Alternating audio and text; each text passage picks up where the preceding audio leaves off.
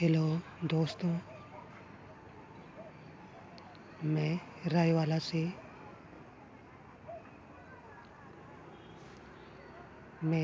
से हूँ और मैं कई दिनों से एक बड़ी दुखद खबर सुनता आ रहा हूँ कि ऋषिकेश में जो 19 साल की बच्ची का जो मर्डर हुआ था, उससे लेकर मैं बहुत चिंतित और दुखी हूँ।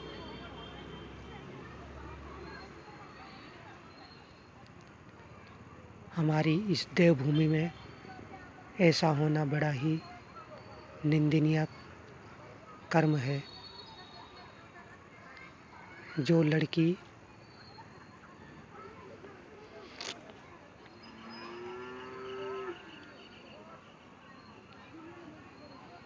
अपने प्राणों का बलिदान देकर चली गई, एक बड़ी शिक्षा दे करके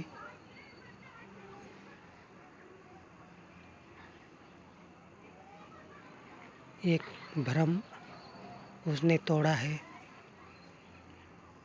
और वो भ्रम ये था कि देवभूमि में भी ऐसे कुकर्म और जघन्य अपराध निश्चित तौर पे हो रहे हैं, जो कि बेहद चिंताजनक और शर्मनाक है।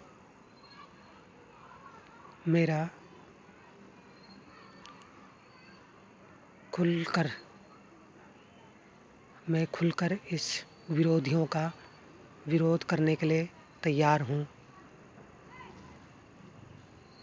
जो लड़की अपने प्राणों का बलिदान दे करके चली गई, अंकिता भंडारी, जो श्रीकोट डोब क्षेत्र से थी, भले ही वो प्राणों का बलिदान दे करके चली गई, पर वो ऐसी सूरमा थी, सूरवीर थी, जिसने हम पुरुष लोगों को एक चेतावनी दी है कि वो बेटी होकर के सूरवीरों वाले काम कर गई। उत्तराखंड के नाम पे बलिदान हो गई और चेतावनी दे दी हम सभी उत्तराखंडियों को कि हमारे इस उत्तराखंड में आतताइयों की कोई कमी नहीं है।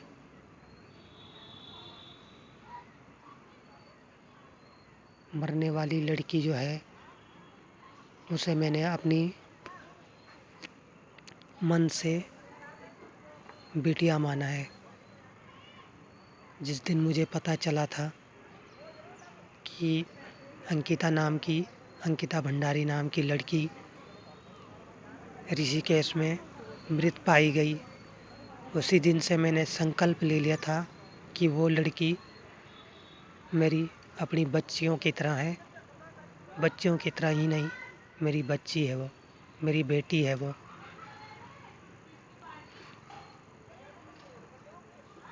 हम उसके पिता की श्रेणी में भले ना आए, पर वो हमारी बेटी अवश्य है।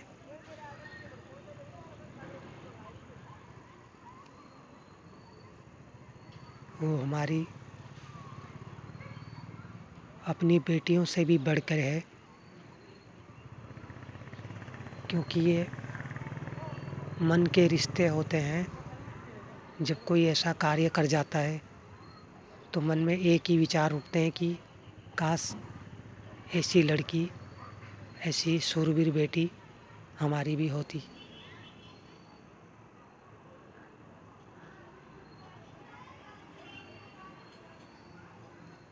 इसलिए मेरा आप सभी लोगों से अनुरोध है कृपया न्याय के लिए आगे आएं। और मैंने तो आज से न्याय के लिए आह्वान कर दिया है। अब से मैं आप सभी के साथ हूँ। अगर मुझे कहने में कोई